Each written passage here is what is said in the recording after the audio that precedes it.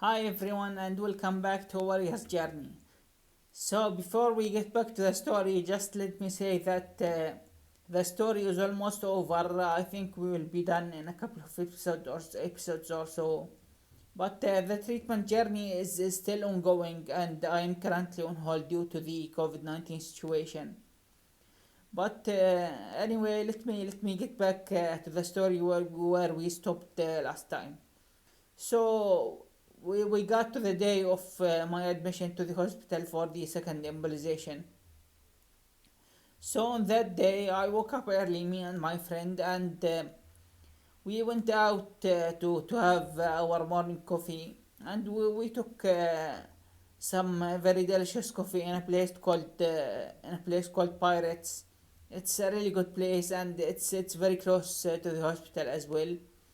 And after that, we went to the hospital at 10 a.m. sharp because that was my time of admission. So we started with the procedure of getting admitted, and we did all the paperwork, and I got admitted and shown to my room. And afterwards, we started the procedure of things that gets done before the intervention on the second day. So the first thing they did is taking is doing the blood work, taking some blood samples and some nasal and throat samples. I think those are to check for any infections or so. And then I went and did the ECG.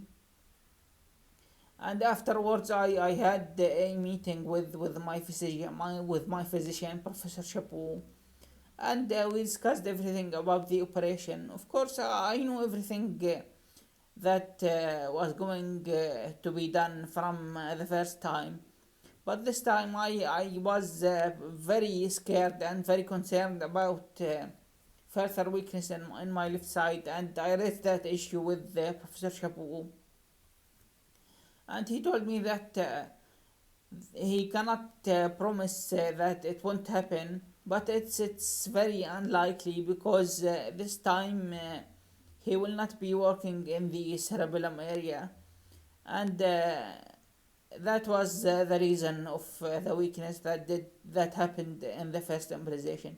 So he did not expect it, but as usual, doctors can't promise you anything, which is something I understand.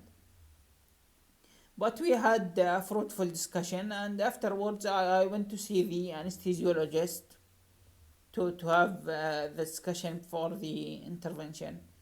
So I went and everything was going very nicely, and we discussed everything.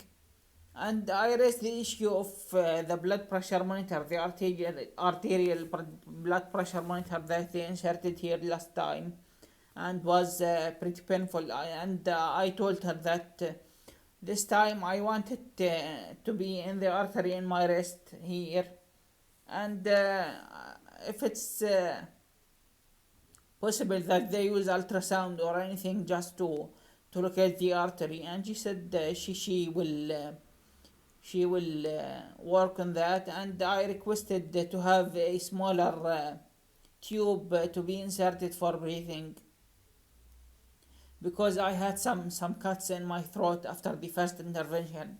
So I gave her the feedback from the first intervention, and all the learnings I got from the first intervention, and she was very cooperative in that regard, and she said they will do everything they can to make me as comfortable as possible. So after that, we had nothing more to get done until the second day, which is the day of the intervention, the big day, let's say. So we went back to the room, and we sat, and there is a lounge in every floor in the hospital, or every wing in the hospital. There is a lounge where you can sit and drink coffee or tea or whatever you want. So I sat there with my friend, and we kept talking and enjoying our time, let's say, like nothing is happening tomorrow, just to try to distract me from the intervention and all the anxiety that I have because of the coming intervention. Especially, I was pretty scared that I will completely lose movement in my left side. And at night, me and my friend went out to have dinner in a place. It's a place that we were advised to visit by the house owner that we rented via Airbnb. A nice lady, and she told us to go to a place called Hans Luke. It's a burger place, and they serve excellent burgers as she explained. So we went there. It's very close to the hospital. The hospital is in a very active area of the city, let's say, and I think a block away from the hospital you can find everything you want. There is a very active street. So we went, and we had some very delicious burgers indeed. And afterwards, I went back to the hospital. My friend took me back to the hospital. He walked with me to the hospital, and I went to sleep to get ready for the intervention the second day.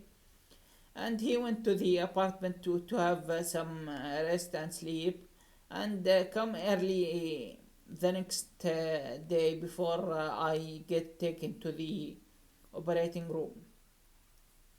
And this is what happened. The next day I woke up early, and I got myself ready for the operation. You know, you have to put on the operations rope and get everything ready for the intervention. And my friend came, and I was pretty anxious, to be honest. But he made me feel much better, and just knowing that someone is there with you is half of the solution, let's say. So everything was in place, let's say, for the operation, and around 8 a.m. they came to take me to the operating room. I was the first to go, as Professor Chapu told me. And I was taken to the operating room, and in there was the anesthesiologist and a nurse.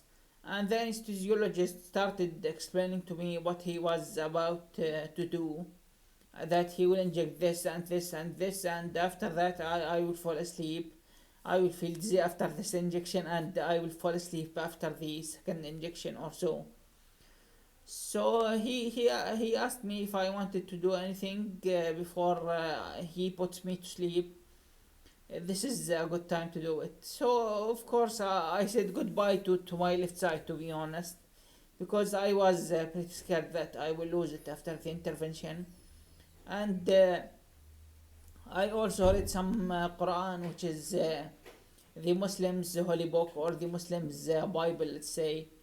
And then I was put asleep, and maybe 5 hours later I woke up from the intervention, and I was taken to the recovery room just to make sure everything is fine, and to wait for the ICU staff to come pick me. Of course, as usual, I was pretty thirsty, and I kept asking for water or Vasa. So they kept getting me water to drink.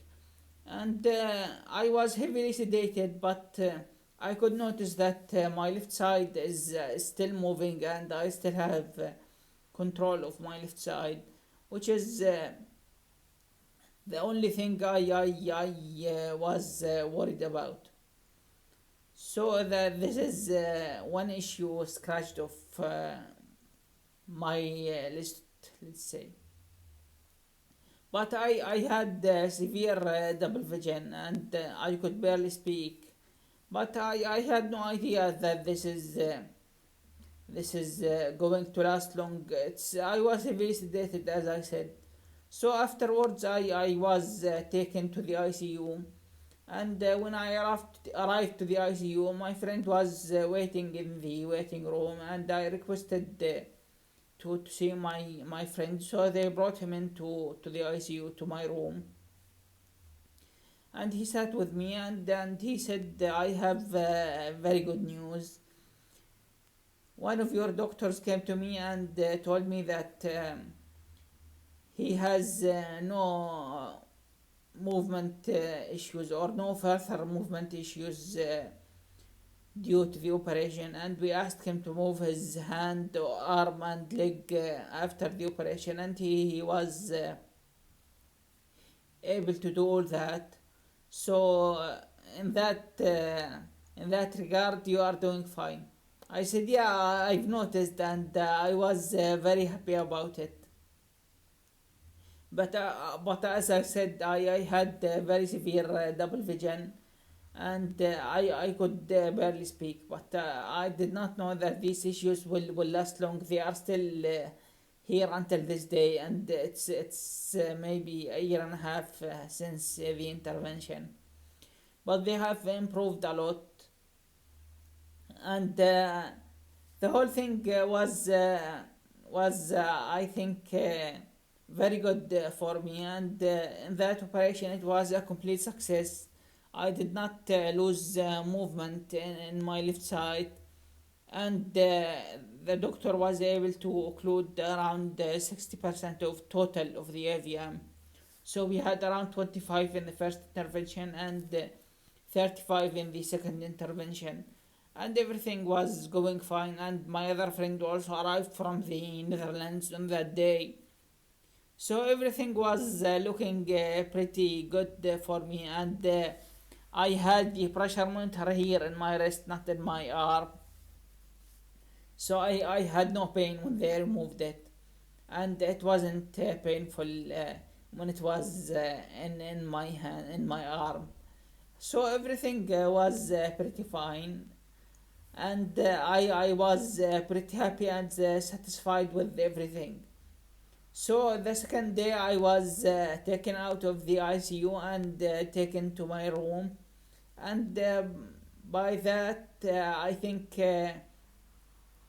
all the intervention all the interventions I've done so far are over.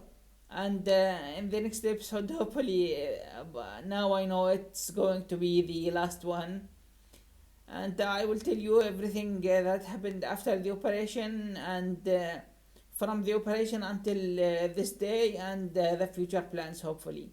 So I will see you next episode. Bye for now.